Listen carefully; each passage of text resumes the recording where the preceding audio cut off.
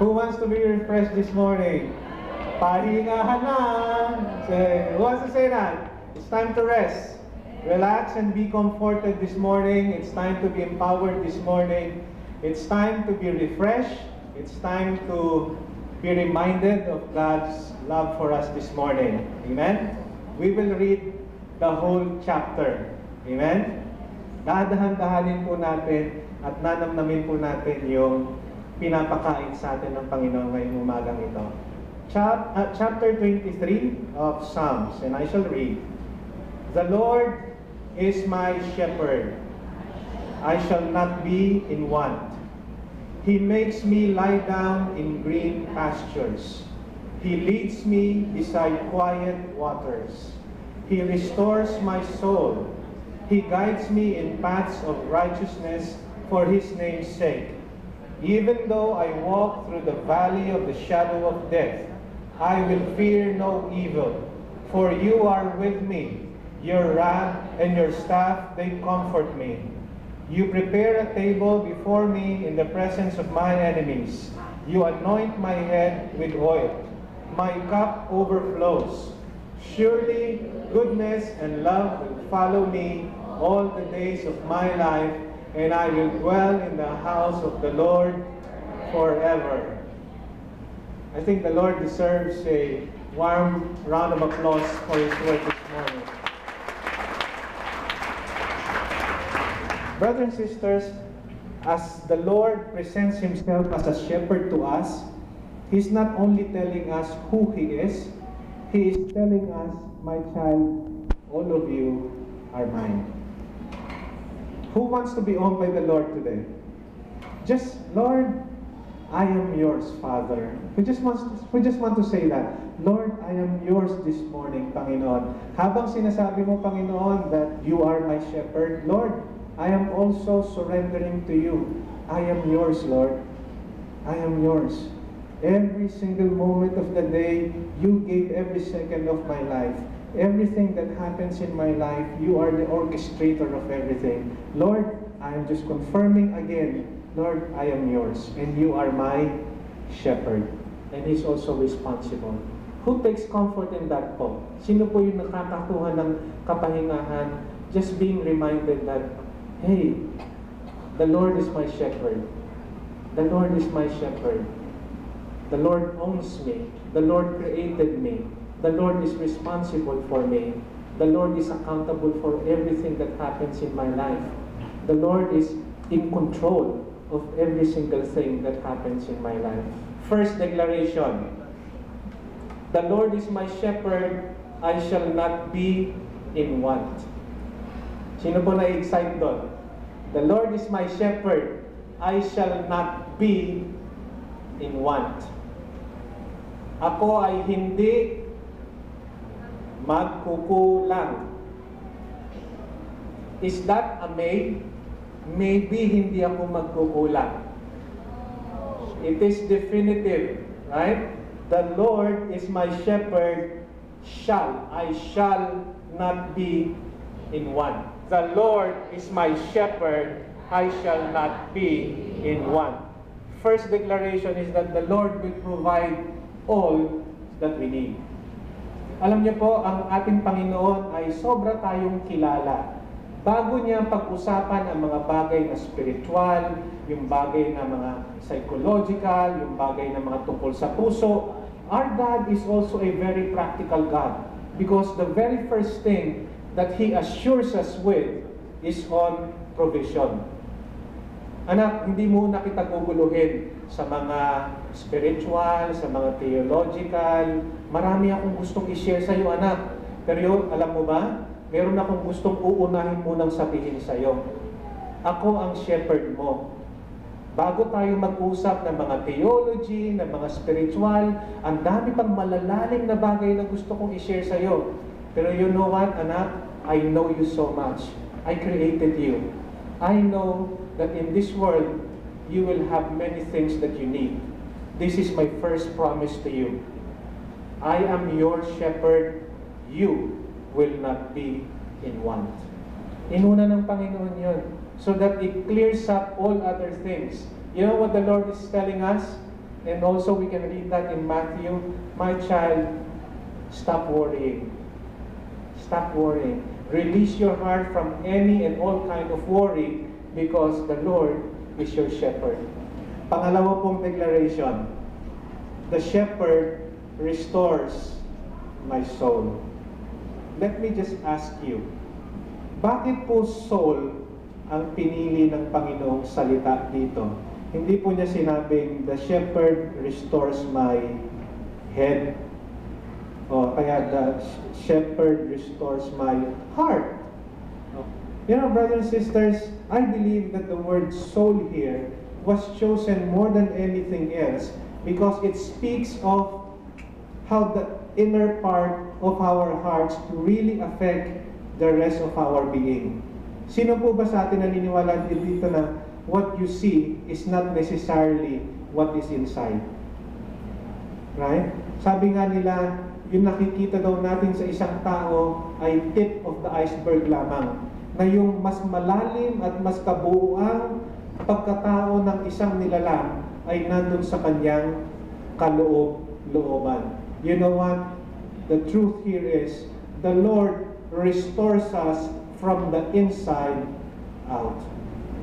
The smile may not be here when I have some problems, but I know when I call upon the Lord, He is working something out from the inside, and it is only a matter of time that that comes out and happens in reality. He restores me from the inside out. He makes me lie down in green pastures. He leads me beside quiet waters. He restores my soul. You know, here, it is so, ano po yung word? Napaka makulay po ng binigay na imahe ng ating Panginoon. And what do we feel in our heart and what do we see in our eyes? It is so refreshing. He makes us lie down in green pastures. You know what? It is so picturesque. It is so colorful. The Bible says, He doesn't tell us to look at the green pastures. He doesn't tell us to go to the green pastures. You know what the Lord tells us? You lie down in the green pastures. Anak, humilit ka na dyan. Mag-soaking na tayo. Amen? Seeing the green pastures from afar is different from lying down in the green pastures. He makes me lie down in the green pastures. Is the Lord talking to you right now? Alam niyo po, whatever is the green pasture that the Lord is telling you that He has for you, His message is, anak, hindi ko lang ipapadungaw sa iyo yan. Hindi lang kita dadalhin dyan. Pahihigain pa kita. Kung gusto mo humilit dyan, okay. Anak, kung gusto mo diligan yan ng mga ganito mo, sige lang, matulog ka lang dyan. Na lie down in green pastures. Another image. He leads me beside quiet waters. Sino po sa inyo ang, ako po, may dinownload po akong application na yung sabi yung music ng pampatulog, yung very relaxing. Ang naririnig ko po na common doon sa music ng nakaka-relax ay yung water. The sound of water. I am reminded of God's word. When you face trouble, God says, be still and know that I am God. He leads you beside peaceful waters. Third declaration. The shepherd guides my path. He guides me in paths of righteousness for His name's sake. We are only righteous because God lays down the steps towards righteousness. If the Lord doesn't open up the path to righteousness, we would be so lost because we wouldn't know what steps to take towards righteousness. So He lays down the path to righteousness. Kahit ano po ang ating kinalalagyan ngayon, when we take on that path that the Lord has put for us, that path will always lead us to Him and to Him alone. And why is that important, brothers and sisters? The importance po ng pagpunta sa tamang landas ay magiging mahalaga lamang po when we are there breathing our last breath. Ang sarap po ng garantiya na binibigay sa atin ng Panginoon. Anak, sundin mo lang yung landas ng katwiran. Tutulungan kita. Kung nahihirapan ka, hindi mo gawain yan. Manalangin ka, mag-surrender ka sa akin. Isuko mo ang iyong buhay sa akin. Hindi mo kakayanan yan na mag-isa ka. Kailangan mo ako. Holy Spirit, Lord, imbibe me. Consume me with the Holy Spirit. Because on my own, I cannot be righteous. But you know what?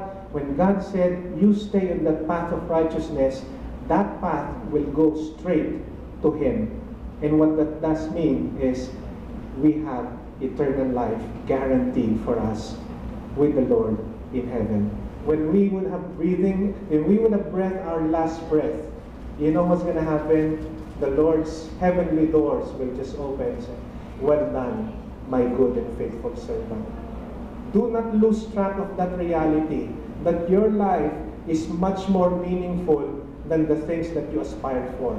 They are important, but there is that one most important thing that we should all aspire for, which is to live a life worthy of the Lord Jesus Christ, so that when we would have breath our last breath, we would have said goodbye to this world, the Lord's doors will open unto us, and He will say in His welcoming arms, my child, welcome, anak, well done, good and faithful servant.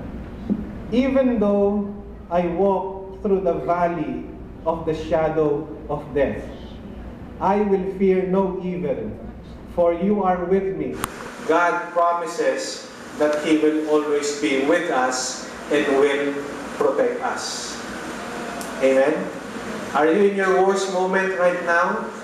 Do you fear that you may be in a worse moment sometime in the future? Malamang hindi ka nasa bad moment ngayon. Pero may takot sa puso mo. Okay na ako ngayon, pero baka bukas very bad. Those worries, you know what? God is just talking to all of us right now.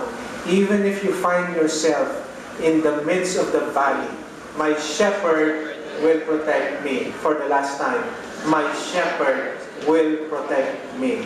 Ano po yung una? The shepherd will provide all my needs. Pangalawa po, the shepherd restores my soul. Ano po yung pangatlo? The shepherd guides my path. At ang pang-apat po, the shepherd will protect me. Ang panglima po, this is God's promise. Verse 5, you prepare a table before me in the presence of my enemies. You anoint my head with oil, my cup overflows. So, everything in our lives is really just so controlled, influenced, and lovingly controlled by the Lord. All we need to do is just stay in Him. If you stay in me, if you remain in me, and I remain in you, isn't that nice? Sabi, anak, dito ka lang. Pag nandito ka lang, nandito lang din ako. Bonding tayo. Hawak ka sa akin, hawak din kita. Who just wants to do that right now? Hawak tayo sa Panginoon at hahawakan din tayo ng Panginoon. The Lord is my shepherd. I shall not be in want. He makes me lie down in green pastures. He leads me beside quiet waters. He restores my soul. He guides me in paths of righteousness for His name's sake. Even though I walk through the valley of the shadow of death, I will fear no evil, for you are with me. Thy rod and your staff, they comfort me. You prepare a table before me in the presence of my enemies. You anoint my head with oil. My cup overflows. Surely, goodness and love will follow me all the days of my life, and I will dwell in the house of the Lord forever.